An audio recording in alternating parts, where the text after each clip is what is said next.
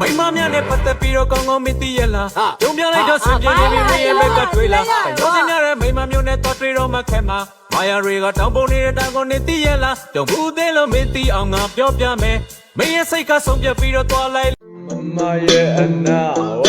မမရဲ့အဘဝမမရှိခါစား